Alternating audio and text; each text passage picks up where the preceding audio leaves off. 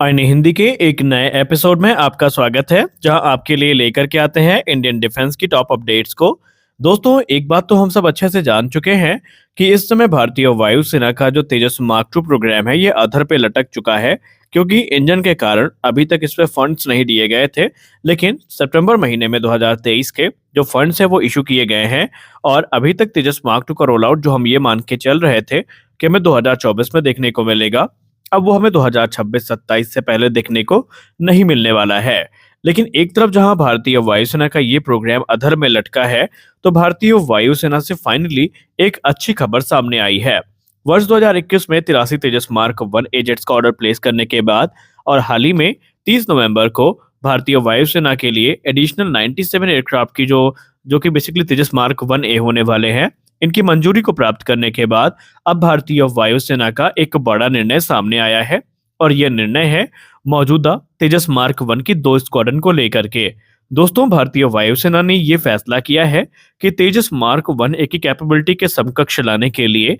जो मौजूदा तेजस mark 1 aircraft है, इनको अपग्रेड से गुजारा जाएगा, और इनको जो सिस्टम अपग्रेड्स हैं वो दिए जाएंगे, जहां पर इनकी जो कैपेबिलिटी है वो कहीं ना कहीं तेजस मार्क 1 ए के समकक्ष पहुंच जाएगी। और ये भारतीय वायुसेना के लिए काफी जरूरी भी है, क्योंकि इन एयरक्राफ्ट को भारतीय वायुसेना के द्वारा फॉरवर्ड एयर बेसिस में डिप्लॉय किए जाने हैं, जिसके चलते ये जो एयरक्राफ्ट है ये अप टू द मार्क रहे, इसके लिए भारतीय वायुसेना इन्हें अपग्रेड से गुजारने वाली है। तो आज के अपने इस वीडियो में हम इसी विषय पर बात करेंगे कि ये अपग्रेड कैसा होगा, इसके आने के बाद इनकी कैपेबिलिटी कैसे इनहेंस होगी, और ये भारतीय वायुसेना के द्वारा जो इनिशिएटिव है ये क्यों लिया गया है। तो आइए शुरू करते हैं आज का अपना ये वीडियो। इंडियन एयरफोर्स इस समय तेजस मार्क 1 की तकरीबन 2 स्क्वाड्रन को ऑपरेट करती है, जो कि ओल्डर कॉन्फ़िगरेशन में है, यानी कि इनमें जो एवियोनिक्स हैं और दूसरी चीजें हैं ये ओल्डर कॉन्फ़िगरेशन के हिसाब से हैं। हालांकि हिंदुस्तान एरोनॉटिक्स लिमिटेड की तरफ से जो रिपोर्ट सामने आ रही है, इसमें यह बताया जा रहा है कि वर्ष 2025 से 26 के बीच में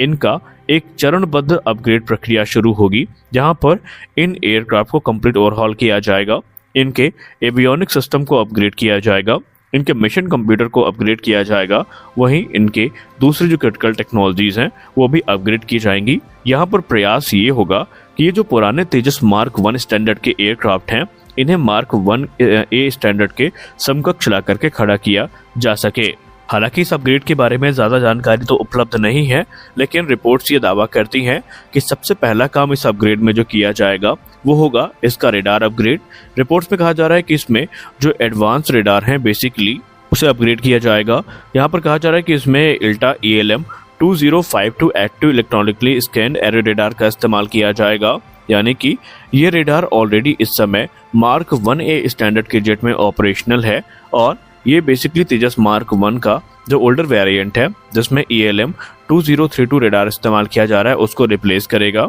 यानी कि पुराने रेडार को एक नए रेडार से रिप्लेस किया जाएगा, जिससे कि एयरक्राफ्ट की सिचुएशनल अवेयरनेस और टारगेटिंग कैपेबिलिटीज काफी ज्यादा इनहैंस होंगी। दूसरा बड़ा अपग्रेड जो तेजस मार्क 1 में देखने को मिलेगा वो होगा इसका मिशन कंप्यूटर। जी हाँ, तेजस मार्क 1 के मिशन कंप्यूटर को भी अपग्रेड किया जाएगा, और रिपोर्ट में यह दावा किया जा रहा है कि तेजस मार्क 2 प्रोग्राम के लिए जो मिशन कंप्यूटर विकसित किया गया है वही मिशन कंप्यूटर हमें इस अपग्रेड पैकेज में देखने को मिलेगा जो तेजस मार्क 1 को दिया जाना है। हालांकि यहाँ पर यह कहना थोड़ा जल्दबाजी होगी कि अपग्रेड के बाद इसकी जो कैपेबिलिटीज है वो पूरी तरीके से तेजस मार्क 1 ए की तुलना में बराबर हो जाएंगी, लेकिन हाँ, हम ये जरूर कह सकते हैं कि काफी हद तक यहाँ पर ये एयरक्राफ्ट इम्प्रूव जरूर होने वाला है। और ये एयरक्राफ्ट भारतीय वायुसेना के लिए भी बहुत ज्यादा इम्पोर्टेंट है, क्योंकि 2 स्क्वाड्रन छोटी बात नहीं होती, ये इंडियन एयरफोर्स की सर्विस में बने हुए हैं। इसके अलावा आने वाले भविष्य में जितने भी लेटेस्ट वेपन सिस्टम होंगे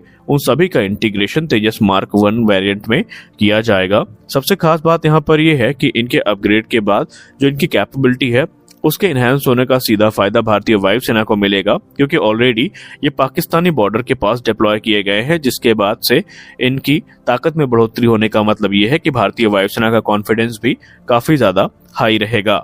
हिंदुस्तान एरोनॉटिक्स लिमिटेड और अगर हम इंडियन एयरफोर्स की बात करें तो दोनों इस समय इस भरसक प्रयास में हैं कि लाइट कॉम्बैट एयरक्राफ्ट तेजस के जितने वेरिएंट हैं इनमें सभी में अधिक से अधिक जो इंडिजिनस टेक्नोलॉजीज हैं उनका इस्तेमाल किया जा सके, जैसा कि आपको पता होगा, हाल ही में भारतीय वायुसेना प्रमुख का एक बयान सामने आया था, जहां पर उन्होंने ये कहा था कि भारतीय वायुसेना ये चाहती है कि तेजस एयरक्राफ्ट में अधिक से अधिक जो इंडिजिनस कंपोनेंट्स हैं इनका इस्तेमाल किया जा सके, ताकि इनके मेंटेनेंस और इनके रखरखाव में जो दिक्कतें हैं वो पैदा ना हो सके और इनके जो एक्सपोर्ट के चांसेस हैं वो भी काफ़ी ज़्यादा बढ़ जाएं। आपको बता दें कि अभी हाल ही में एक रिपोर्ट सामने आई थी, जहां पर एवियोनिक्स को लेकर के कहा गया था कि आने वाले भविष्य में तकरीबन कुछ ही वर्षों में जो टारगेट है वो 75 to 80% तक इसमें इंडिजिनस कंपोनेंट्स का इस्तेमाल करने का है, और ये प्राप्त करने के बाद आगे की जो कार्यवाही है वो शुरू करी जाएगी। जैसा कि हमने आपसे पहले भी कहा था कि वर्ष 2024 से लेकर के 2028 तक का जो समय है